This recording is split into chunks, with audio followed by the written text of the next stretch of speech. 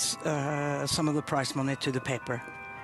Muratov has, like Maria Ressa, worked a lot with controversial stories like corruption and violation of human rights.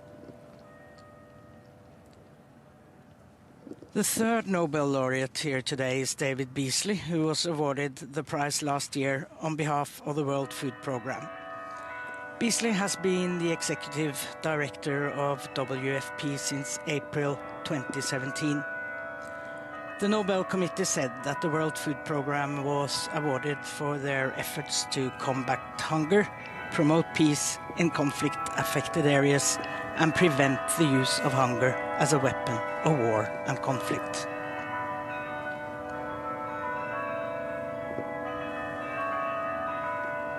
The impressive and beautiful city hall here in Oslo is extensively decorated with flowers. The main flower here is an orchid called Cymbidium, a genus of evergreen flowering plants. More commonly, they're known as boat orchids. Apart from that, we see the green and gold leaves from the windmill palm.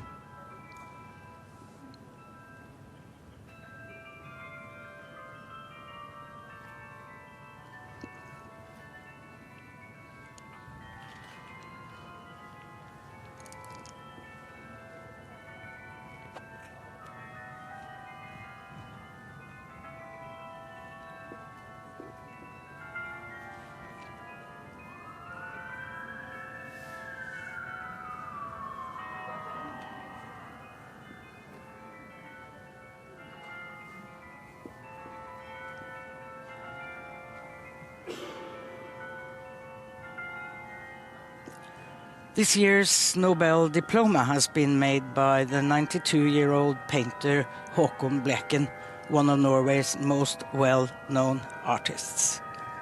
And they, of course, get one each.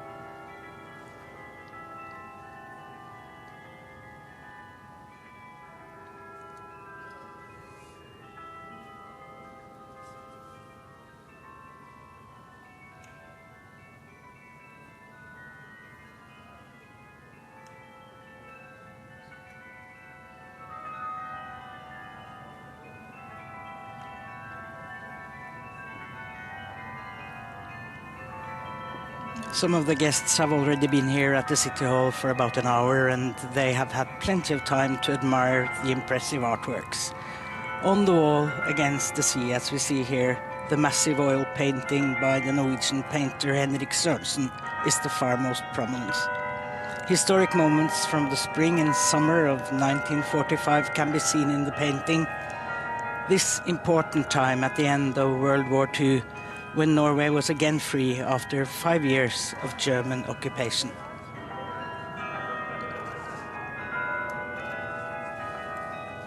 On the other side of the hall is the mural by Alf Rolfsen, Norwegian Working Life is the theme.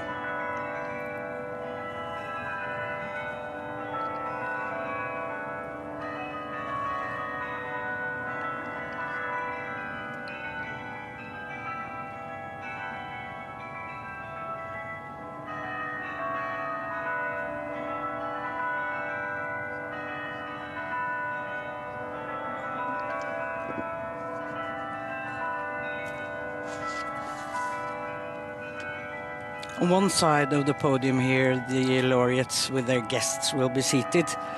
This side is usually called the international side because this is where foreign guests and ambassadors will be found. Among the guests today is the Russian ambassador.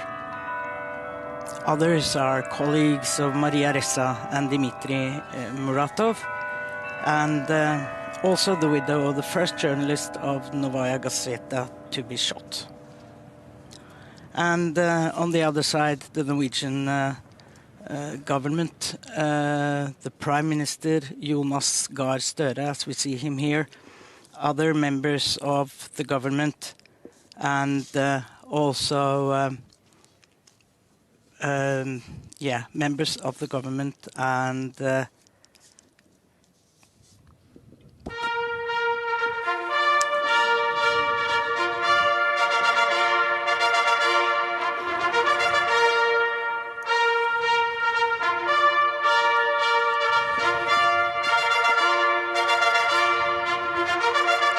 here comes the procession, the laureates accompanied by members of the Nobel Committee, Maria Ressa from the Philippines in front, followed by the Russian Dmitry Muratov, and then the winner from last year, David Beasley of the World Food Programme.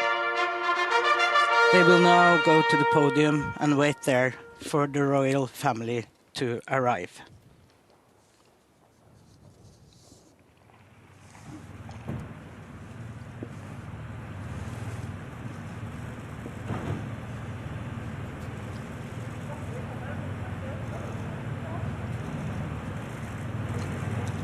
And King Harald and Queen Sonja are welcomed by Marianne Borgen, the mayor of Oslo, and they're also accompanied by the Crown Prince Haakon.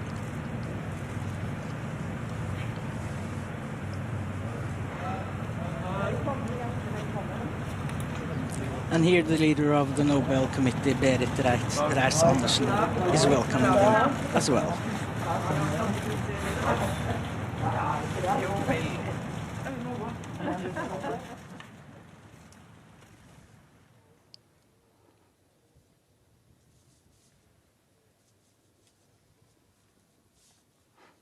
And here is the Nobel Committee waiting for the royals and the Nobel laureates.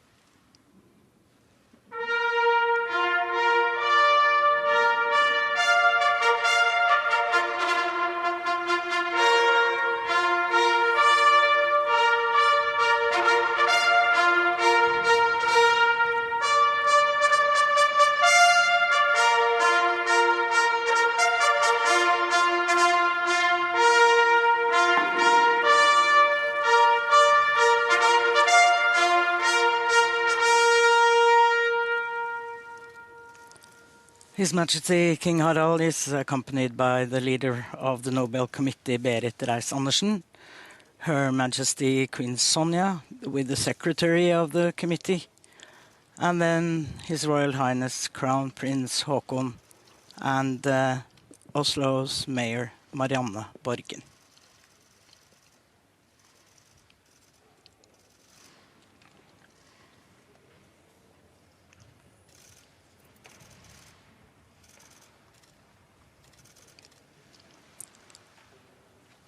The first piece of music will come now, a Norwegian song Sylvia Moy is singing. Håvard Gimse is playing the grand piano.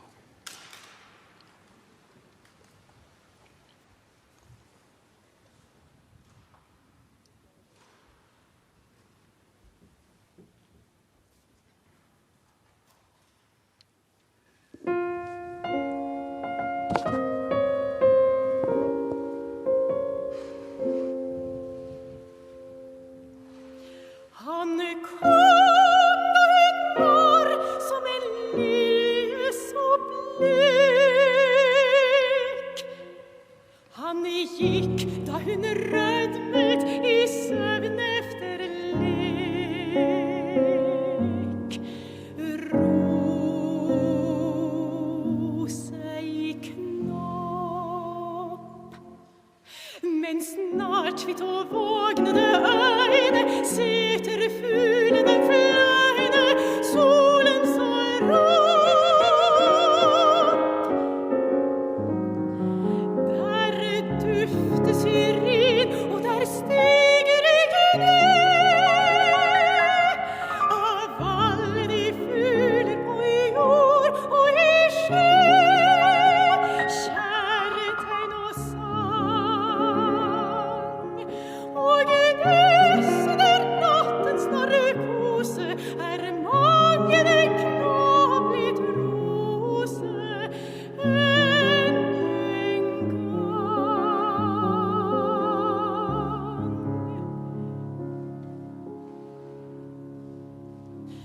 Han kneger en klase av hvit syrin. Det som han sluker en hånd med sin.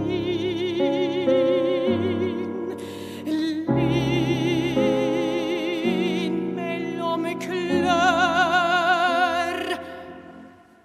Det som han luker hånden, og muskyld som oppgir ånden. Uskyld som dør.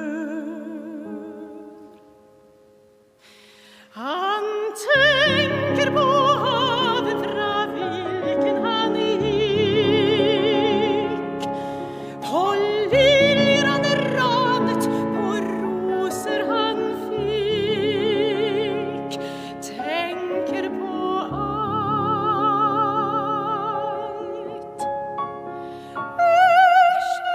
Rose og lilje, fektes en sommers vilje, blomstret og falt.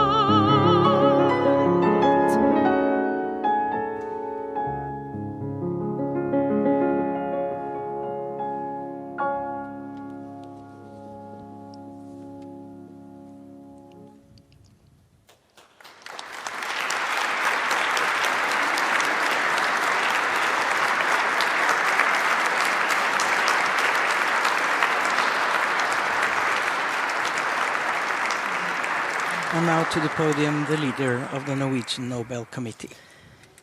Your Majesties, Your Royal Highness, Your Excellencies, distinguished guests, ladies and gentlemen.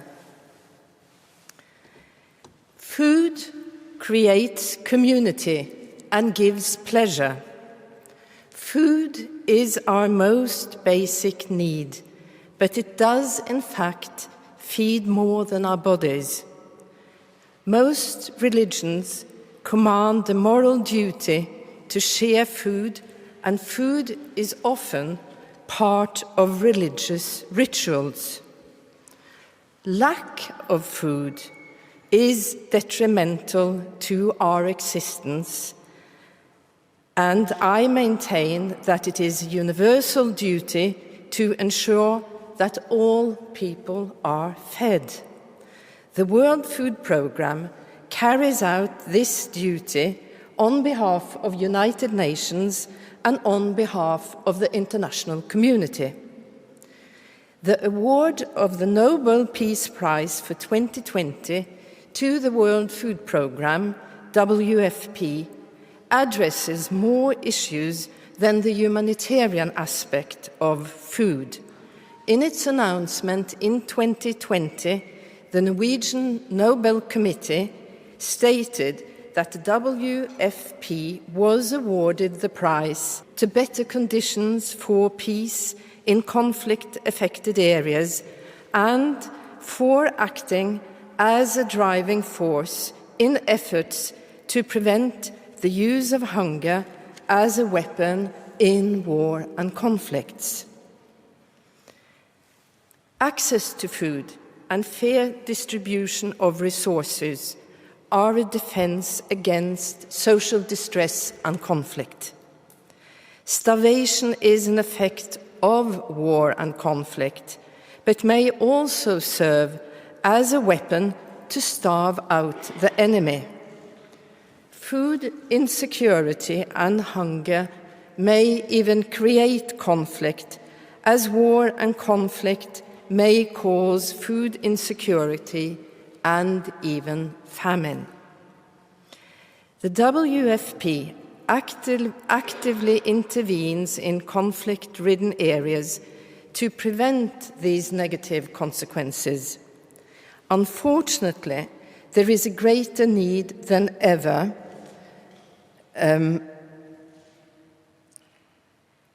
for the work of the World Food Programme, given the ongoing conflicts in Yemen, Ethiopia, Afghanistan, and other conflict-torn areas of the world. The award of the 2020 Peace Prize to the World Food Programme is compliant with the will of Alfred Nobel, as the organization's work fosters fraternity between nations and promotes the abolishment of use of hunger as a weapon of war. I am very happy that the WFP and its director, David Beasley, were finally able to come here to Oslo and deliver the Nobel lecture. But in a moment, because before I call upon Executive Director David Beasley to deliver the Nobel lecture on behalf of the World Food Programme, let us remind ourselves how the diploma and gold medal were presented in Rome exactly a year ago by our representative, Ms. Lisa Clark of the International Peace Institute. On behalf of the Norwegian Nobel Committee, it is my great honour to present the Nobel Peace Prize for 2020 to the World Food Programme, represented here by Executive Director David Beasley. Mr. Beasley, let me convey to you my warmest congratulations and ask you to come forward to receive the Nobel Medal and diploma on behalf of the World Food Programme.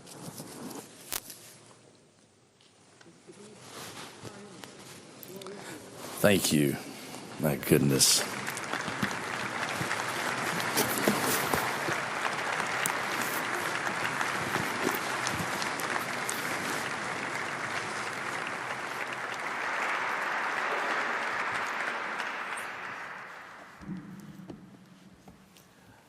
A great moment then and a great moment now.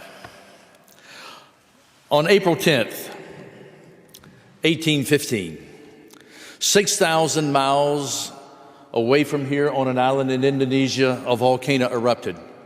It sent a massive plume of ash into the air that encircled the entire globe. A year later, 1816, became the year without a summer. Incessant rains fell here in Norway, Britain, China, the United States. It snowed 20 inches in July in Boston. Crops failed, livestock died, people starved, food riots, looting, burning of cities, floods of refugees, epidemics of typhus. And it took decades to recover. Millions died in places just like this, the worst famine of the 19th century. No one saw it coming. With famine, one rarely does until it's too late. But I'm here to say this time, we see it coming clear as day, and it will affect us all unless we act. Your Majesties, Your Royal Highnesses, distinguished members of the Norwegian Nobel Committee and friends from around the world, thank you. As you said in your announcement, we do combat hunger. We do improve conditions for peace in conflict-affected areas. And most of all, we are a driving force in efforts to prevent the use of hunger as a weapon of war and conflict. Well, that's the World Food Program, saving lives and changing lives. working, assisting over 115 million people in 80 countries day in and day out. The women and the men of WFP, we've gained, as you can imagine, quite a unique perspective. We've learned that there is great richness in those who are seen in the world as the poor. And many of us who are considered rich, well, we are actually poor in the things that matter most. Division is the greatest problem. It is known by many names: brokenness, polarization, alienization, discrimination, hatred, war. And today, division's most stark expression right now is the divide between the wealth, for example, of billionaires who've earned an additional $1.8 trillion during the pandemic, and the hundreds of millions of people who go to bed hungry every night. Allow me to break down the facts of hunger as they stand right now. 811 million people go to bed chronically hungry every single night around the planet. 283 million people are in a hunger crisis. In other words, they're marching toward starvation. And within that, 45 million within 43 countries across the globe are in a hunger emergency. In other words, famine is knocking on their door. Places like Afghanistan, Madagascar, Myanmar, Guatemala, Ethiopia, Sudan, South Sudan, Mozambique, Niger, Syria, Mali, Burkina Faso, Somalia, Haiti, and I can go on and on. The world has often experienced famine, but when has it ever been so widespread in so many places at the same time? And why? 3 reasons. First, man-made conflict. Dozens of civil wars and regional conflicts are raging, and hunger has been weaponized to achieve military and political objectives. Second, climate shocks, climate change. Floods, droughts, locusts, and rapidly changing weather patterns have created severe crop failures around the world. Third, COVID-19. The viral pandemic has created a secondary hunger pandemic, which is far worse than the first. Shutdowns have destroyed livelihoods. Shutdowns stopped the movement of food and inflated prices, and the net result is the poor are priced out of survival.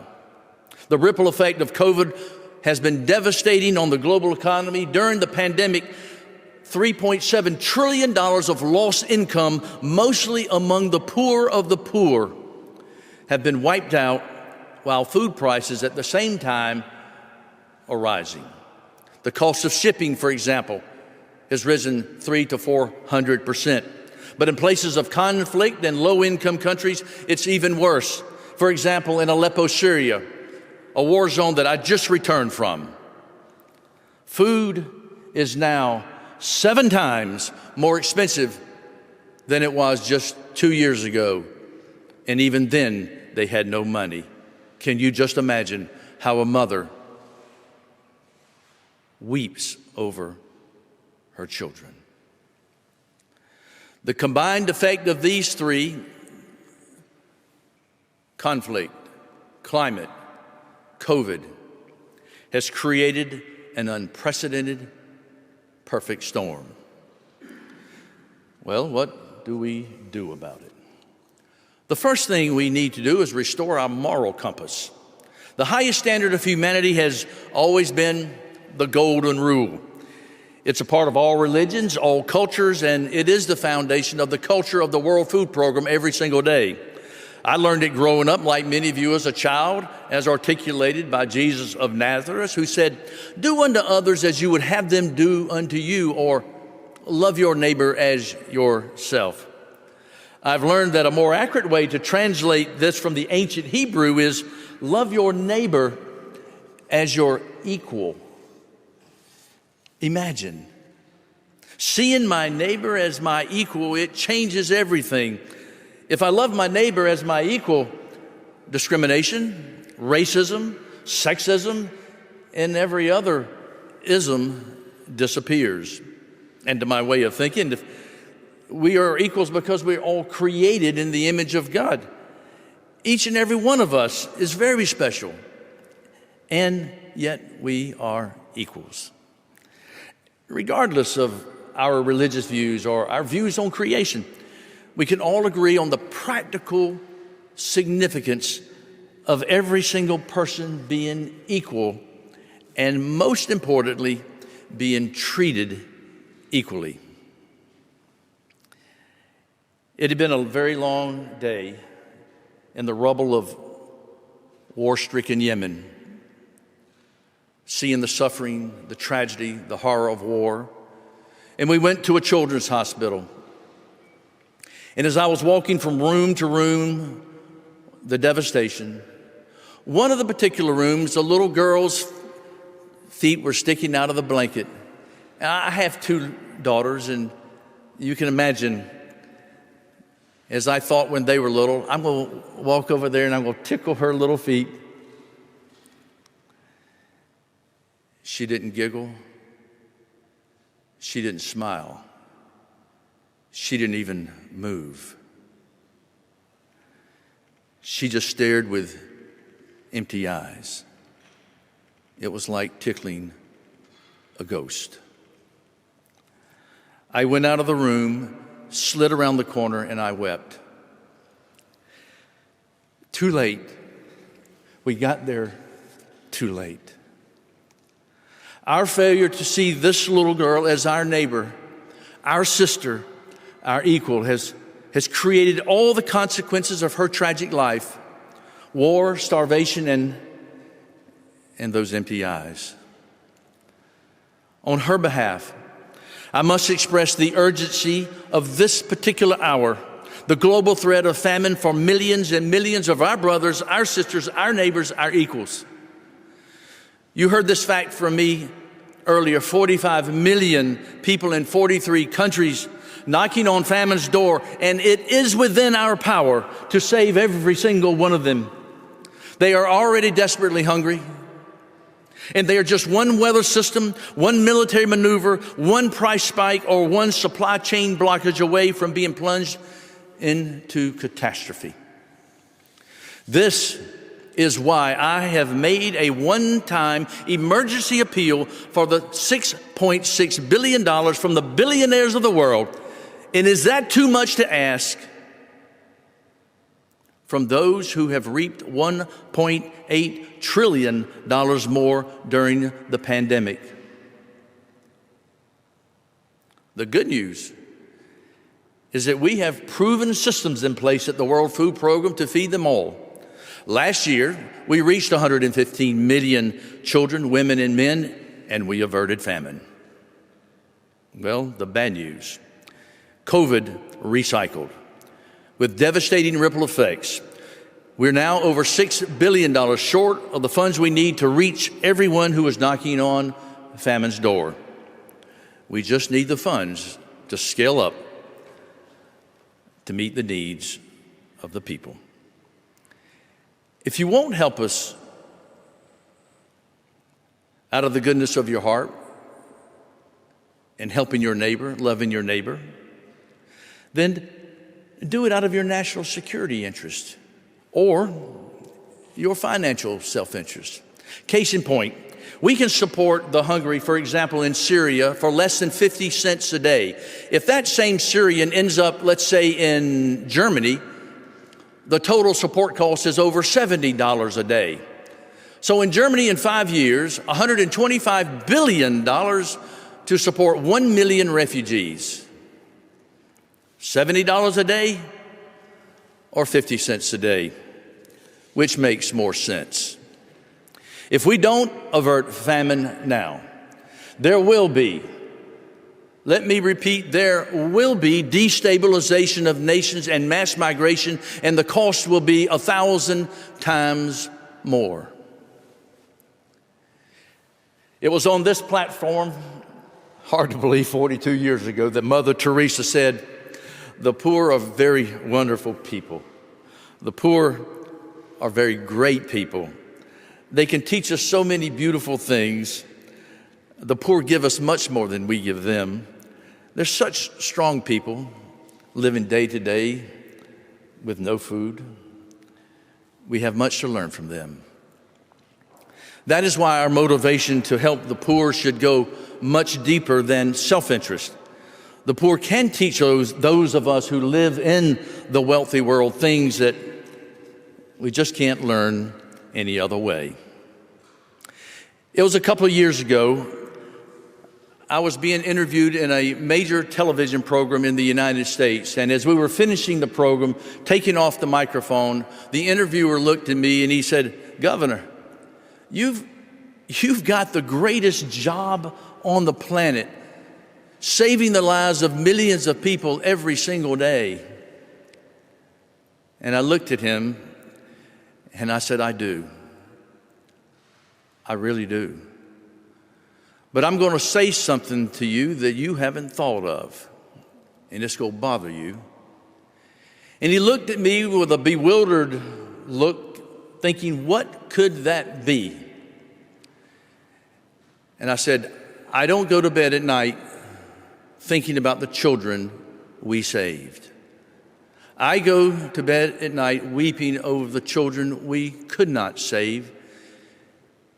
And when we don't have enough money, nor the access we need, we at the World Food Program have to choose which children eat, which children don't eat, which children live, which children die.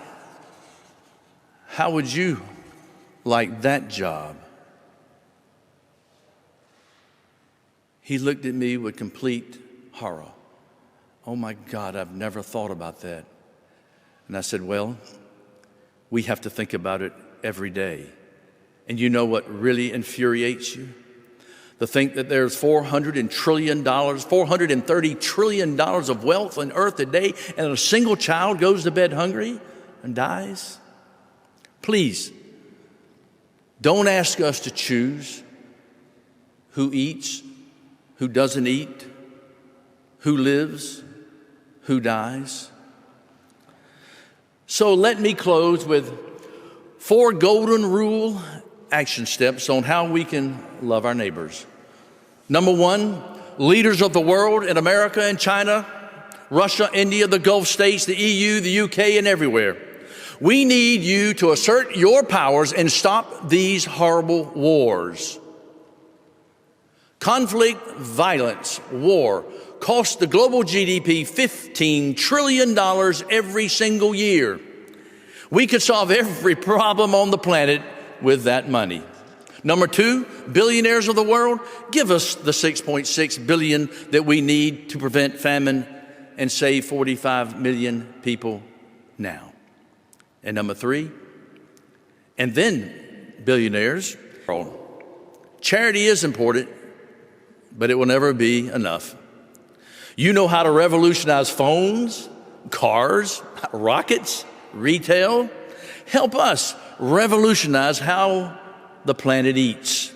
And 4, let's break down all the divisions of the world the old-fashioned way, by sitting down and breaking bread together.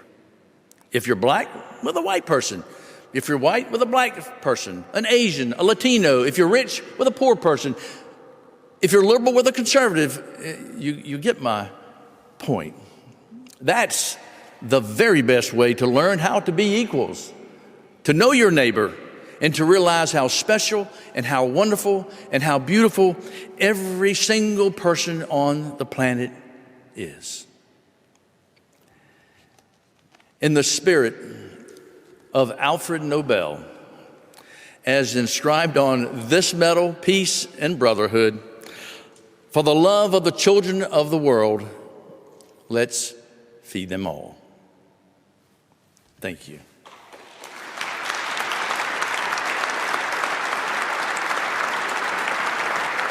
Very moving and impressive speech from David Beasley of the World Food Programme.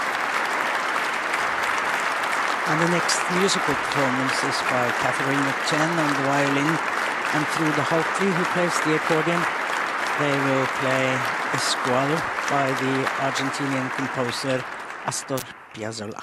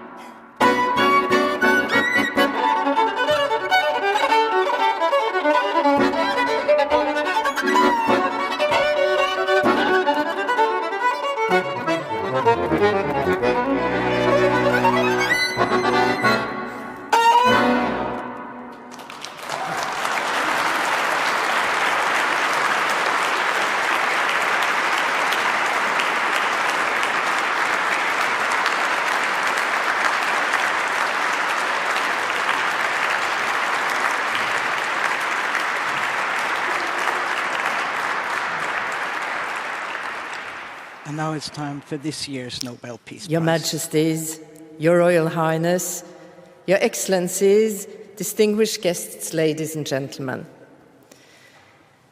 The democratic peace thesis argues that democracy is an effective defense against war and conflict. Democracies do not go to war against each other, and with only very few exceptions, they go to war at all. The core value of democracy is citizen participation in public life. In addition, it includes a few freedoms, such as freedom of speech and freedom of information. This is a benefit for the individual, but it is in fact a basic prerequisite for democracy itself. Only where there is full freedom of speech and freedom of information can each and every citizen exercise their right to freely express opinions, elect leaders on an informed basis, and be active participants in public debate. For political leaders, it might be irritating and very uncomfortable to be scrutinized between leaders and the public at large. It is no coincidence that the same countries which score highest on ranking of press freedom in the world also top rankings measuring to what extent people trust their governments. Democracies come in many forms and are never entirely perfect. But it is a fact that citizen participation and the possibility of free elections and free information reduce friction among people within a state and between states. In an ideal world, democracy and basic freedoms should be available to all. Unfortunately, that is not the state of world affairs. Democracy is under pressure and in retreat. Freedom of information and freedom of speech are on the decline all over the world. Sadly, we also see democracies abandoning democratic ideals and sliding towards authoritarianism. War and conflict do not thrive in an atmosphere where propaganda might be ridiculed and where leaders are held accountable by the public. The planning of wars and genocide has never taken place in the limelight of the public eye. Bringing the story to the public may in itself prevent war. A free fact-based press is in the front line of efforts to defend the values of democracy, freedom of speech and information. The role of the press is to reveal aggression and abuse of power, thereby contributing to peace.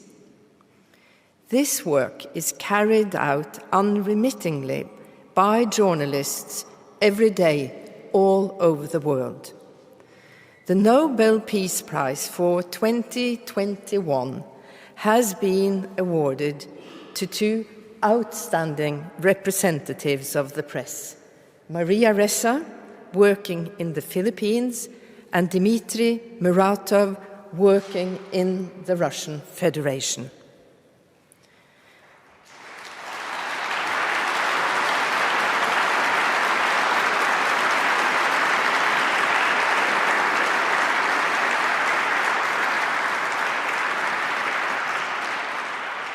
The Norwegian Nobel Committee wishes to focus on the link between peace and security on the one hand, and a free fact-based press that defends freedom of information and freedom of speech on the other hand. Maria Ressa uses freedom of expression to expose abuse of power, use of violence, and growing authoritarianism in her native country, the Philippines.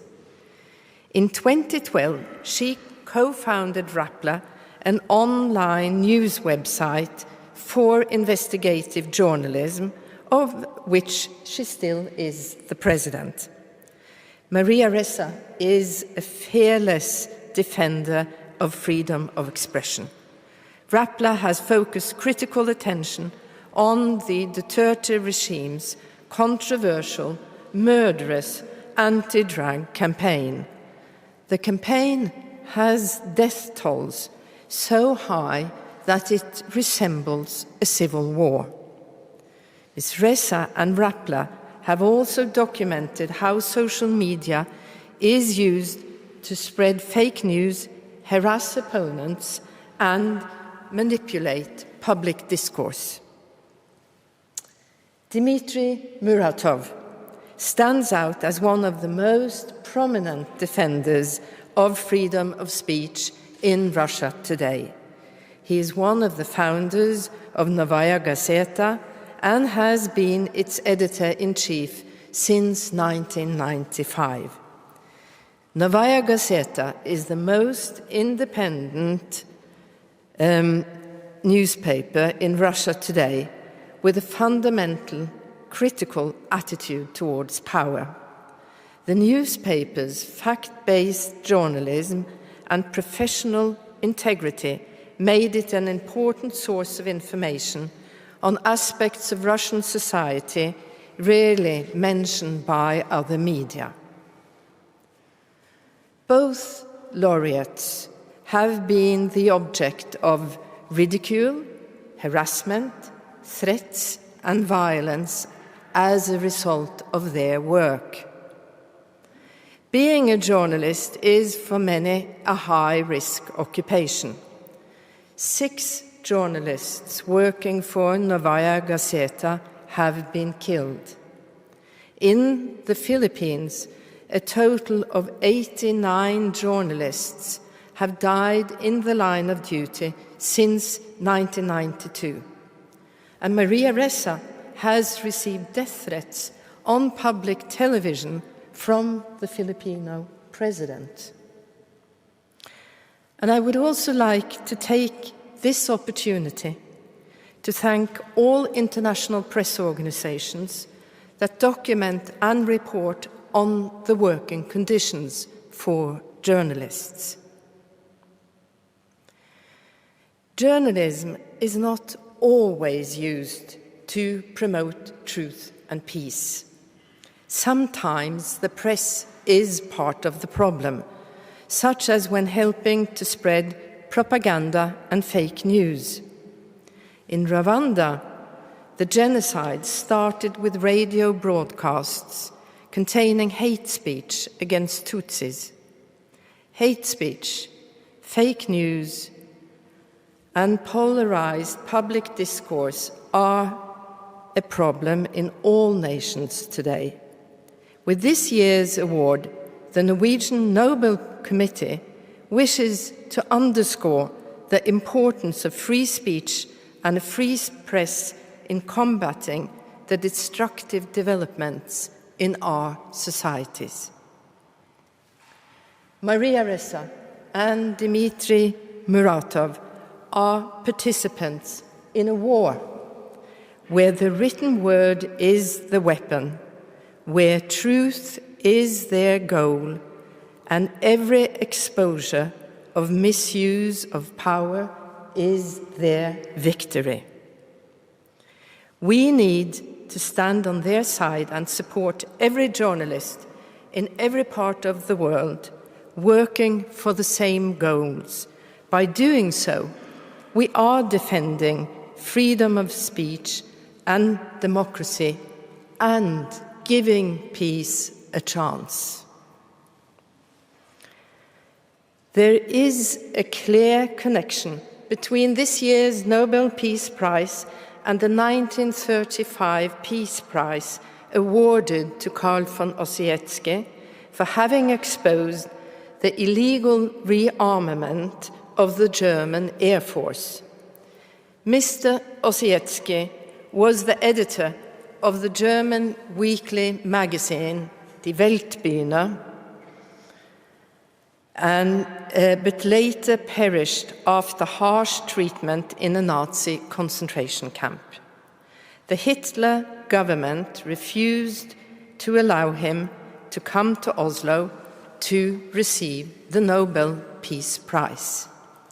With this year's Peace Prize, the Norwegian Nobel Committee honors the will of Alfred Nobel by identifying freedom of speech as a prerequisite for fostering fraternity between nations, exposing warfare, and promoting disarmament. And now it is my pleasure to call upon the Nobel Peace Prize laureates for 2021 to step forward to receive the diploma and the gold medal. Would you please come forward?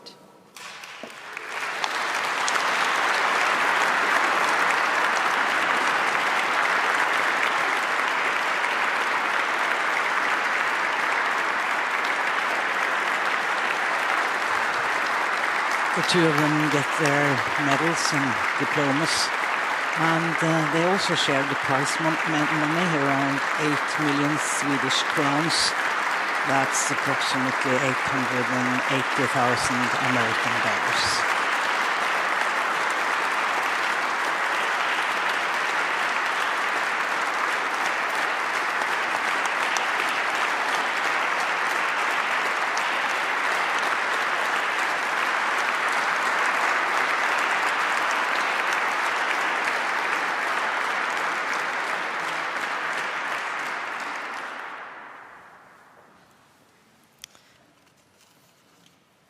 I call upon Maria Ressa to deliver her Nobel lecture for 2021.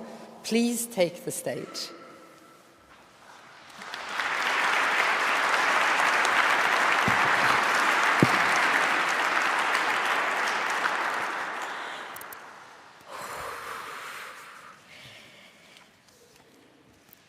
Thank you.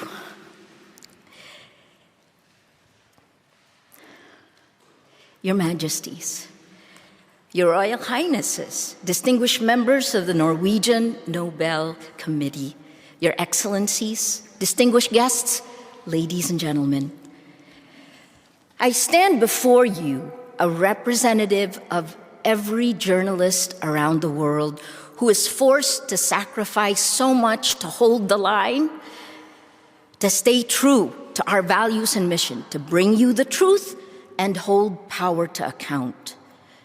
I remember the brutal dismemberment of Jamal Khashoggi, the assassination of Daphne Caruana Galizia in Malta,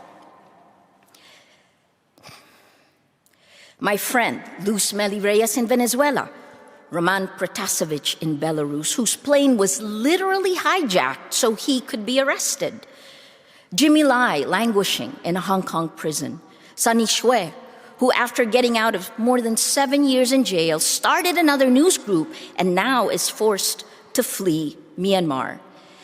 And in my own country, 23-year-old Frenchie May Cumpio, still in prison after nearly 2 years, and just 36 hours ago, the news that my former colleague, Jess Malabanan, was killed with a bullet to his head.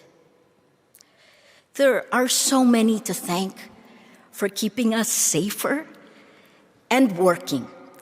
The Hold the Line coalition of more than 80 global groups defending press freedom and the human rights groups that help us shine the light. There are costs for you as well. At least 63 lawyers, more lawyers have been killed than journalists in the Philippines. At least 63 compared to the 22 journalists murdered after President Rodrigo Duterte took office in 2016. Since then, Karapatan, a member of our Courage on Human, is serving her 5th year in jail. Or ABS-CBN, our largest broadcaster, a newsroom that I once led, which last year lost its franchise to operate. I helped create a startup, Rappler, turning 10 years old in January. We're getting old. Our attempt to put together two sides of the same coin that shows everything wrong with our world today. the absence of law and democratic vision for the 21st century. That coin represents our information ecosystem, which determines everything else about our world. Journalists, that's one side, the old gatekeepers. The other is technology, with its godlike power, the new gatekeepers. It has allowed the virus of lies to infect each of us, pitting us against each other, bringing out our fears, anger, hate, and setting the stage for the rise of authoritarians and dictators around the world. Our greatest need today is to transform that hate and violence, the toxic sludge that's coursing through our information ecosystem, prioritized by American internet companies that make more money by spreading that hate and triggering the worst in us. Okay, well, that just means we have to work harder. You know, in order to be the good, we have to believe there is good in the world. Right? An old t-shirt from Rappler from 2014. I've been a journalist for more than 35 years. I've worked in conflict zones and war zones in Asia, reported on hundreds of disasters. And while I've seen so much bad, I've also documented so much good when people who have nothing offer you what they have. Part of how we at Rappler have survived the last 5 years of government attacks is because of the kindness of strangers. And the reason they help, despite the danger, is because they want to, with little expectation of anything in return. This is the best of who we are, the part of our humanity that makes miracles happen. This is what we lose in a world of fear and violence. You've heard that the last time a working journalist was given this award was in 1936, awarded in 1935. He was supposed to come and get it in 1936. Karl von Ossietzky never made it to Oslo because he languished in a Nazi concentration camp. So we're here. Hopefully a little bit ahead, we are both here. By giving this to journalists today, thank you, the Nobel Committee is signaling a similar historical moment, another existential point for democracy. Dmitry and I are lucky because we can speak to you now. Yay for court approvals. But there are so many more journalists persecuted in the shadows with neither exposure nor support, and governments are doubling down with impunity. The accelerant is technology, when creative destruction takes new meaning. You've heard from David, we are standing on the rubble of the world that was, and we must have the foresight and courage to imagine what might happen if we don't act now, and instead, please, create the world as it should be, more compassionate, more equal, more sustainable. To do that, please ask yourself the same question we at Rappler had to confront 5 years ago. What are you willing to sacrifice for the truth? I'll tell you how I lived my way into the answer in 3 points. First, my context and how these attacks shaped me. Second, by the problem we all face. And finally, finding the solution, because we must. In less than 2 years, the Philippine government filed 10 arrest warrants against me. I've had to post bail 10 times just to do my job. Last year, I and a former colleague were convicted of cyber libel for a story we published 8 years earlier at a time the law we allegedly violated didn't even exist. All told, the charges I faced could send me to jail for about 100 years. But the more I was attacked for my journalism, the more resolute I became. I had firsthand evidence of abuse of power. What was meant to intimidate me and Rappler only strengthened us. At the core of journalism is a code of honor, and mine is layered on different worlds, from how I grew up, the golden rule, what's right and wrong, from college and the honor code I learned there, and my time as a reporter, and the code of standards and ethics I learned and helped write. Add to that the Filipino idea of utang na loob, literally the debt from within. At its best, it's a system of paying it forward. Truth and ethical honor intersected like an arrow into this moment where hate, lies, and divisiveness thrive. As only the 18th woman to receive this prize, I need to tell you how gendered disinformation is a new threat and is taking a significant toll on the mental health and physical safety of women, girls, trans, and LGBTQ people all around the world. Women journalists are at the epicenter of risk. This pandemic of misogyny and hatred needs to be tackled now. Even there, though, we can find strength. After all, you don't really know who you are until you're forced to fight for it. Now let me pull out so we're clear about the problem we all face and how we got here. The attacks against us in Rappler began 5 years ago when we demanded an end to impunity on two fronts: Rodrigo Duterte's drug war and Mark Zuckerberg's Facebook. Today it has only gotten worse, and Silicon Valley sins came home to roost in the United States on January 6 with mob violence on Capitol Hill. What happens on social media doesn't stay on social media. Online violence is real-world violence.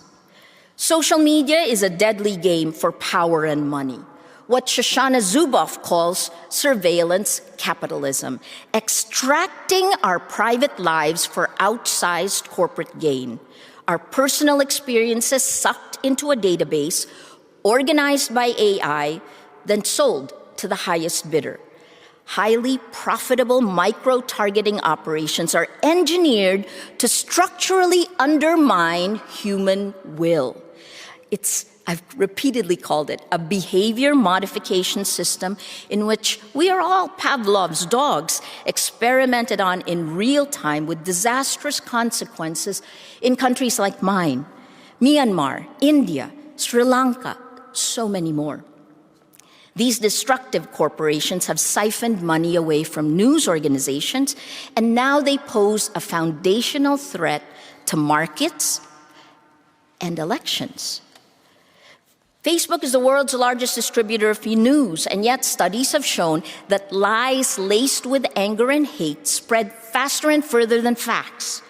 These American companies controlling our global information ecosystem are biased against facts, biased against journalists. They are, by design, dividing us and radicalizing us. I've said this repeatedly over the last 5 years. Without facts, you can't have truth. Without truth, you can't have trust. Without trust, we have no shared reality, no democracy, and it becomes impossible to deal with the existential problems of our times: climate, coronavirus, now the battle for truth. When I first was arrested in 2019, the officer said, "Ma'am, trabaho lang po." "Ma'am, I'm only doing my job." Then he lowered his voice to almost a whisper as he read my Miranda rights. He was really uncomfortable, and I almost felt sorry for him, except he was arresting me because I'm a journalist. This officer was a tool of power and an example of how a good man can turn evil and how great atrocities happen. Hannah Arendt wrote about the banality of evil when describing men who carried out the orders of Hitler. How career-oriented bureaucrats can act without conscience because they justify what they're doing because they're only following orders. This is how a nation and the world loses its soul. You have to know what values you're fighting for. You have to draw the lines early, but if you haven't done so, please do it now. Where on this side you're good, this side you're evil. Some governments may be lost causes, and if you're working in tech, I'm talking to you. How can you have election integrity if you don't have integrity of facts? That's the problem facing countries with elections next year. Among them, Brazil, Hungary, France, the United States, and my Philippines, where we are at a do-or-die moment with presidential elections on May 9th. 35 years after the People Power Revolt ousted Ferdinand Marcos and forced his family into exile, his son, Ferdinand Marcos Jr., is the front-runner for president. And he has built an extensive disinformation network on social media, which Rappler exposed in 2019. It's literally changing history in front of our eyes. To show how disinformation is both a local and global problem, take the Chinese information operations taken down by Facebook in September 2020, a year ago. It was creating fake accounts using AI-generated photos for the US elections, polishing the image of the Marcoses in the Philippines, campaigning for the daughter of Duterte, of President Duterte, and attacking me and Rappler. Chinese information operations. So what are we going to do? An invisible atom bomb has exploded in our information ecosystem, and the world must act as it did after Hiroshima. Like that time, we need to create new institutions like the United Nations and new codes stating our values like the Universal Declaration of Human Rights to prevent humanity from doing its worst. It's an arms race in our information ecosystem. To stop that requires a multilateral approach that all of us must be part of. It begins by restoring facts. We need information ecosystems that live and die by facts. We do this by shifting social priorities to rebuild journalism for the 21st century while regulating and outlawing the surveillance economics that profit from hate and lies. We need to help independent journalism survive. First, by giving greater protection to journalists and standing up against states which target journalists. To co-chair the International Fund for Public Interest Media, which is trying to raise money from overseas development assistance funds. Right now, while journalists are under attack on every front, only 0.3% of ODA funds is spent on journalism. If we nudge that to just 1%, we can raise $1 billion a year for news organizations. That will be crucial for the Global South. Journalists must embrace technology. That's why, with the help of Google News Initiative, Rappler rolled out a new platform 2 weeks ago designed to build communities of action. It won't be as viral as what the tech platforms built, but the North Star is not profit alone. It is facts, truth, and trust. Now for legislation. Thanks to the EU for taking leadership with its Democracy Action Plan. For the US, reform or revoke Section 230, the law that treats social media platforms like utilities. It's not a comprehensive solution, but it gets the ball rolling. Because these platforms put their thumbs on the scale of distribution. So while the public debate is here, down here on content moderation downstream, the real sleight of hand happens further upstream, where algorithms of amplification, algorithms of distribution have been programmed by humans with coded bias. Their editorial agenda is profit-driven, carried out by machines at scale. The impact is global, with cheap armies on social media rolling back democracy, tearing it down in 81 countries around the world. That impunity must stop. Democracy has become a woman-to-woman, man-to-man defense of our values. We're at a sliding door moment where we can continue down the path we're on and descend further into fascism. Or we can choose to fight for a better world. To do that, please ask yourself, What are you willing to sacrifice for the truth? I didn't know if I was going to be here today. Every day, I live with the real threat of spending the rest of my life in jail because I'm a journalist. When I go home, I have no idea what the future holds, but it's worth the risk. The destruction has already happened. Now it's time to build, to create the world we want.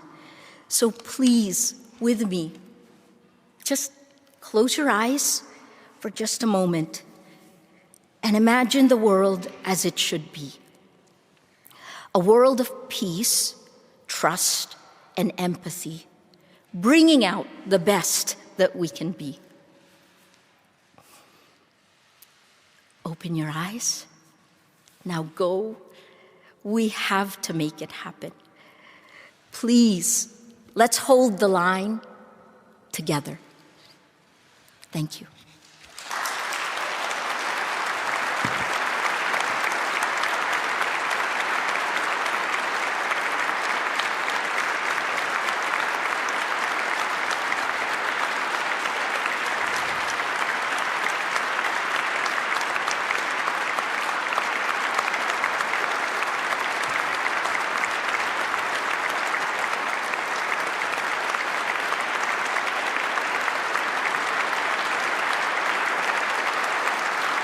Again, a very moving speech, and then it's time for Dmitry Muratov to give his Nobel lecture.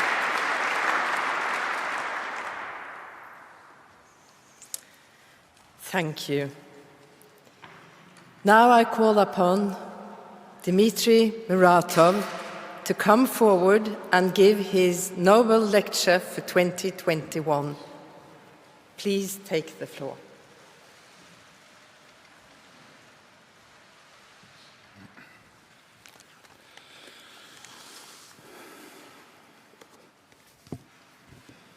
Ваше Величество,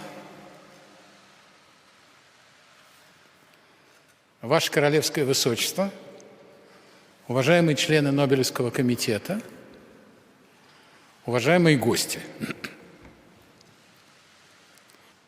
Утром 8 октября мне позвонила мама, спросила, что новенького. Говорю: мама, вот Нобелевскую премию получили. И это, говорит, хорошо, а что еще новенького? Сейчас, мама, я тебе все расскажу.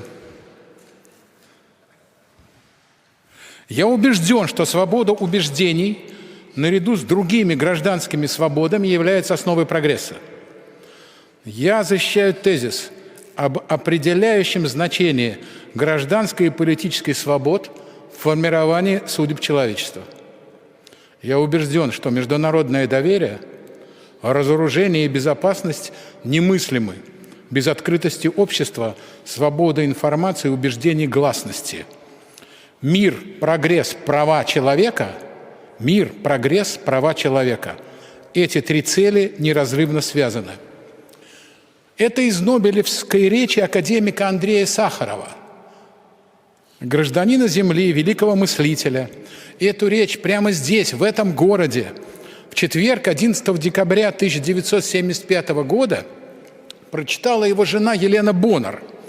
И вот я посчитал необходимым, чтобы слова Сахарова прозвучали здесь второй раз, в этом знаменитом на весь мир зале. Это очень важно для нас, это очень важно для меня. Почему? Мир разлюбил демократию. Мир разочаровался в правящих элитах. Мир потянулся к диктатуре. Возникла иллюзия, что прогресса можно достичь технологиями и насилием, а не соблюдением прав и свобод человека. Такой вот прогресс без свободы, такое вот молоко без коровы. Диктатуры обеспечили себе упрощенный доступ к насилию. У нас в стране, и не только у нас, популярна мысль: те политики, которые избегают крови, слабые люди, а вот угрожать миру войной – это долг настоящих патриотов. Власть активно продает идею войны.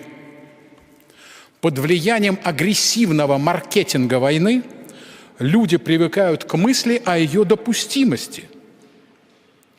Правительство и близкие к ним пропагандисты несут всю полноту ответственности за милитаристскую риторику на государственных телевизионных каналах.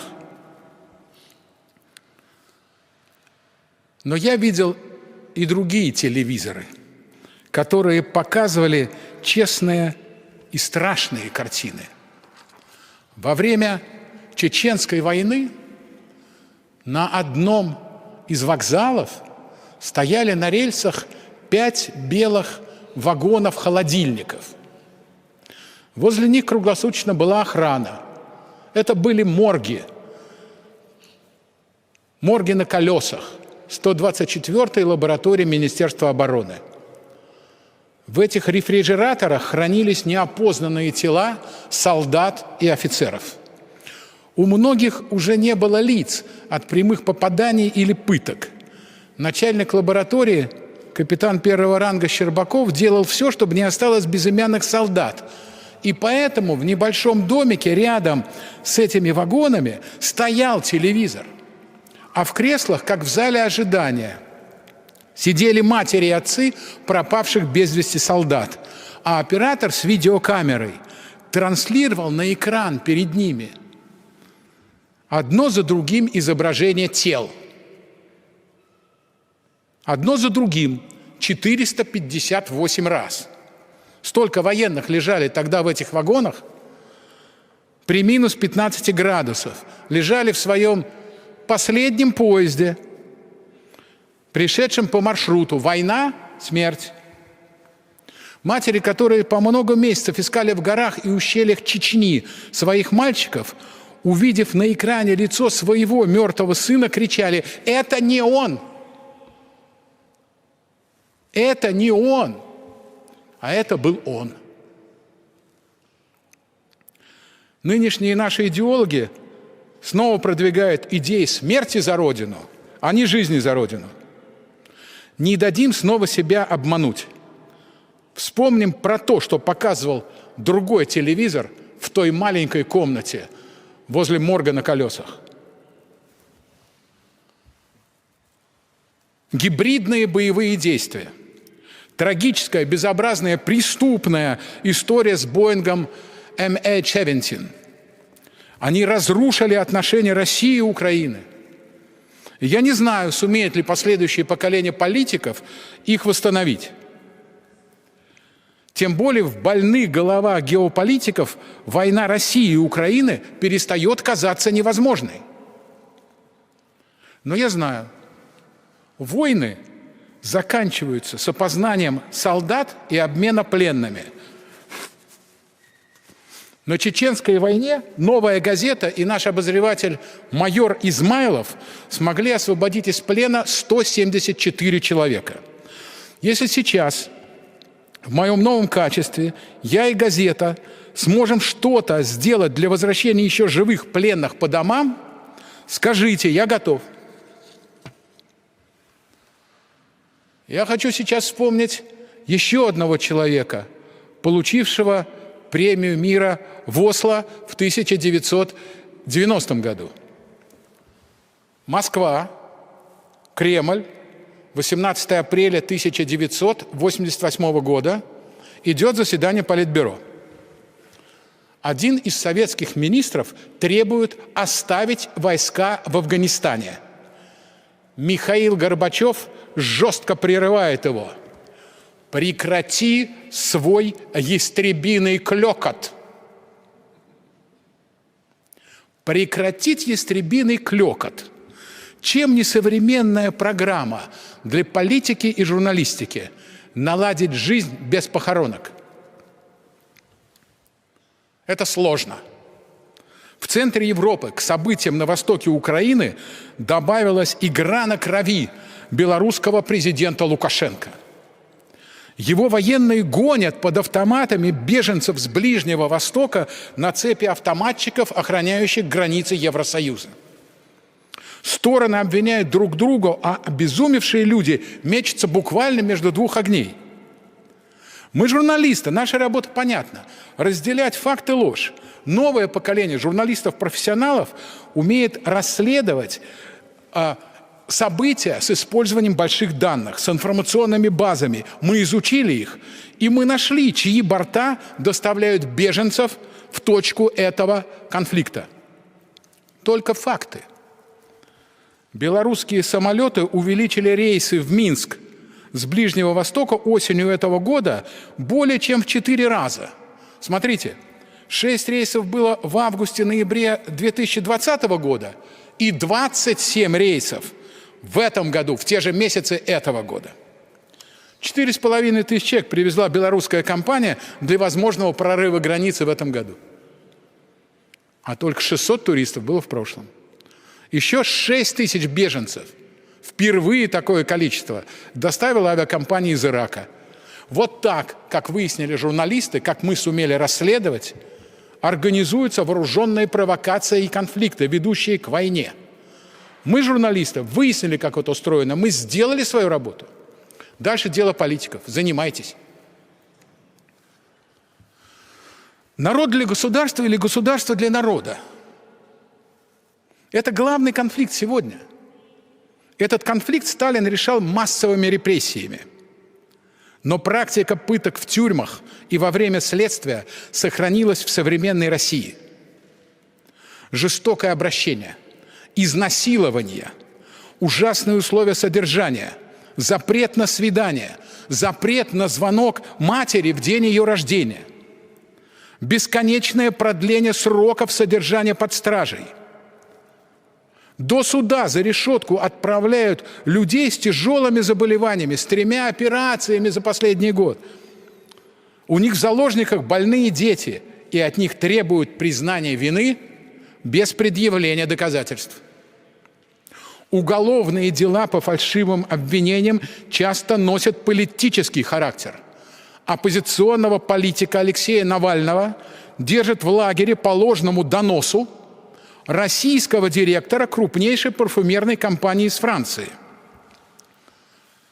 Заявление директор написал, но даже в суд не был вызван и потерпевшим себя не считает, а Навальный по его доносу сидит. Сама же парфюмерная компания предпочла отойти в сторону, надеясь, что запах этого дела не повредит аромату ее продукции. Увы, мы все чаще слышим о пытках, применяемых к заключенным и задержанной. Людей пытают, чтобы сломить, чтобы увеличить жестокость наказания за рамками приговора. Это дикость. Я выступаю сейчас и здесь с инициативой создания Международного трибунала против пыток, задача которого — собирать данные о применении пыток в разных частях света и государствах, установить палачей и их хозяев, причастных к подобным преступлениям. Надеюсь, конечно, в первую очередь на журналистов-расследователей со всего света. Пытки должны быть признаны тяжелейшим преступлением против личности. Кстати, «Новая газета» продолжает век диджитал выходить и на бумаге, для того, чтобы нас могли читать и в тюрьмах. В тюрьмах нет интернета. 2 тенденции борются сейчас у нас в России. С одной стороны, президент России Владимир Путин помогает установить памятник к столетию академика Сахарова. С другой стороны, в нашей же стране Генеральная прокуратура требует ликвидировать Международное общество «Мемориал». «Мемориал» занимается реабилитацией жертв сталинских репрессий, а обвиняют его прокуроры в нарушении прав человека. А может быть, потому что недавно у нас в стране ФСБ снова засекретила имена сталинских следователей и палачей. Напомню, мемориал-то создавал Сахаров. Может быть, памятник мертвому Сахарову безопасней, чем его живой действующий проект? Мемориал не враг народа. Мемориал друг народа. Мемориал надо сохранять. Мы, конечно, понимаем, это премия всему профессиональному сообществу настоящих журналистов. Мои коллеги разоблачали отмывание денег, вернули в бюджет миллиарды украденных рублей, вскрывали офшоры, останавливали вырубки сибирских лесов. Государство поддержало усилия «Новой газеты», «Эхо Москвы», «Дождя» и других медиа по лечению детей, больных редкими заболеваниями, для которых нужны самые дорогие лекарства в мире. Я, кстати, надеюсь, что представителями фарминдустрии, от которых зависят судьбы детей и молодых взрослых с орфанными заболеваниями, в том числе со спинально-мышечной атрофией, сядут с нами за круглый стол.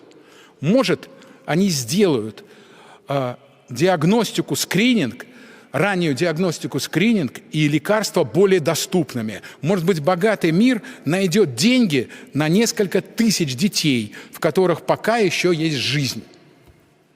Мы эту премию передаем на помощь больным людям и поддержку независимой журналистики. Но журналистика в России сейчас переживает темные времена. За несколько последних месяцев более 100 журналистов, медиа, правозащитников и НКО получили статус иностранных агентов. В России это значит одно – враг народа. Многие наши коллеги остались без работы. Кто-то вынужден уехать из страны. У человека отбирают привычную жизнь на неизвестное время, а может быть, отбирают навсегда. Такое случалось в нашей истории. В следующем году будет 100 лет, как 29 сентября из Санкт-Петербурга отошел в Германию в Поркштеттен философский пароход. Очередной рейс, на котором большевики выгнали из России 300 виднейших представителей интеллектуальной элиты. На пароходе обербургермайстер Хакен отправили в изгнание будущего изобретателя вертолетов Сикорского, создателя телевидения Зворыкина, философов Франка, Ильина, Петерима Сорокина, а крупнейший мыслитель Николай Бердяев тоже был там. Как и всем, ему разрешили взять пижаму, 2 рубашки, 2 пары носков и зимнее пальто. Так Родина попрощалась со своими великими гражданами. Вещи оставляйте, а мозги забирайте с собой. С журналистами и правозащитниками картина сейчас повторяется. Только теперь вместо философского парохода улетает журналистский самолет. Это метафора, конечно, но десятки представителей нашей профессии покидают Россию. А кого-то лишили и такой возможности. Архана Джемаля, Кирилла Радченко, Александра Расторгуева, российских журналистов безжалостно расстреляли в Центральной Африканской Республике, куда они приехали расследовать деятельность одной из российских частных военных компаний. Вдова Архана, Ира Гордиенко, работает у нас в «Новой газете». С момента убийства 30 июня 2018 года она разоблачает ложь официального следствия. Вот вам только одна деталь. Бесценное вещественное доказательство. Одежда погибших была просто сожжена полицейскими Центральной Африканской Республики. Никаких результатов не добилось и российское следствие, и международное тоже. Генсек ООН Антонио Гутерриш обещал содействовать в расследовании. Он, наверное, забыл об этом. Вот я напоминаю. Меня, конечно, могут спросить, а зачем ваши коллеги туда полезли? А чтобы свидетельствовать, чтобы доказать, чтобы лично увидеть, чтобы, как сказал великий военный фотограф Роберт Капа, если тебе твой снимок не нравится, значит, ты был недостаточно близко. А разве не страшно? Самый частый вопрос моим коллегам. а это их миссия. Когда правительства все время улучшают прошлое, журналисты пытаются улучшить будущее. Поэтому это премия всей настоящей журналистики. Это премия моим погибшим коллегам и друзьям из «Новой газеты» Игорю Домникову, Юрию Щекочихину, Анне Политковской, Насте Бабуровой, Стасу Маркелову, Наташе Истемировой. Это премия и живым моим коллегам, сообществу, которое продолжает выполнять профессиональный долг. За день до того, как объявили о этой награде, мы отметили 15 лет со дня убийства Ани Политковской. Убийцы получили справедливые приговоры, но заказчик преступления не найден, а срок давности истек. Официально заявляю, редакция «Новой газеты» этот срок давности не признает. В русском и английском, и в других языках есть поговорка «собака лает, а караван идет». «The dog barks, but the caravan goes on». Ее трактуют так. Движению каравана вперед ничто не помешает. Иногда власть так пренебрежительно говорит о журналистах. Они лают, но ни на что не влияют. Я недавно узнал, что смысл поговорки имеет противоположное значение. Караван идет вперед, потому что собаки лают, рычат и кидаются на хищников в горах и пустынях. И движение вперед возможно только, когда они сопровождают караван. Да, мы рычим и кусаем, у нас клыки и хватка, но мы – условия движения, мы – антидот от тирании.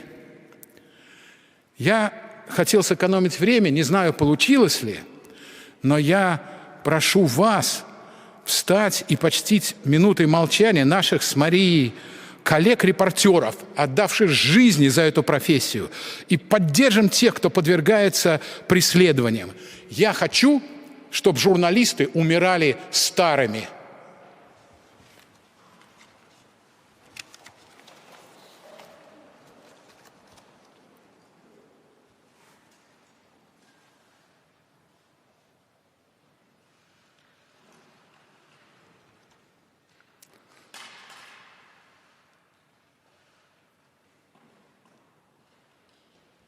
Спасибо огромное.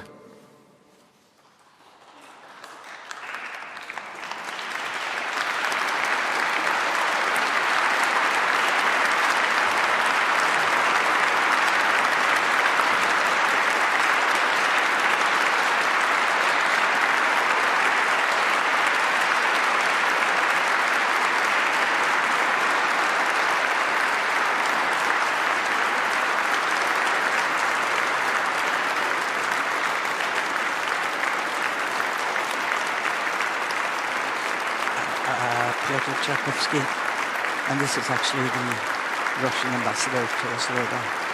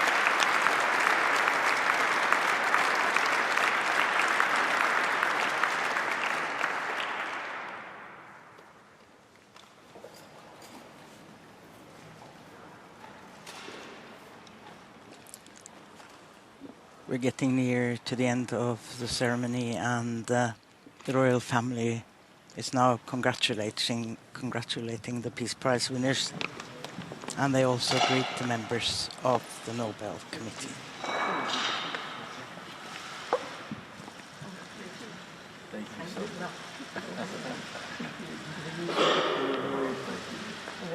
Face masks and no touching, as it is in these pandemic times.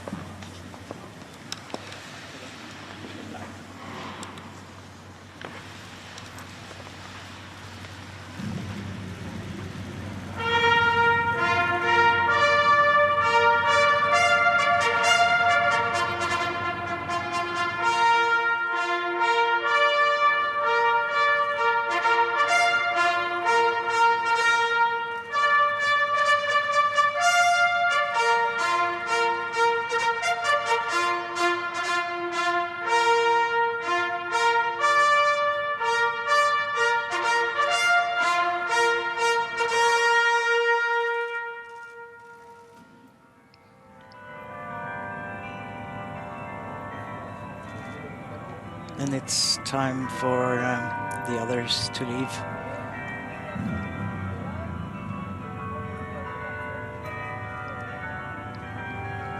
By the way, we hear the chiming of the famous bells of the city hall of Oslo.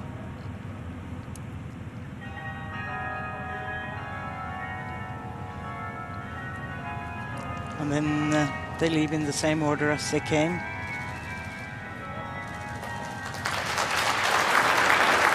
Nobel laureates and the Nobel Committee. So this year's Nobel ceremony has come to an end, and thank you for watching.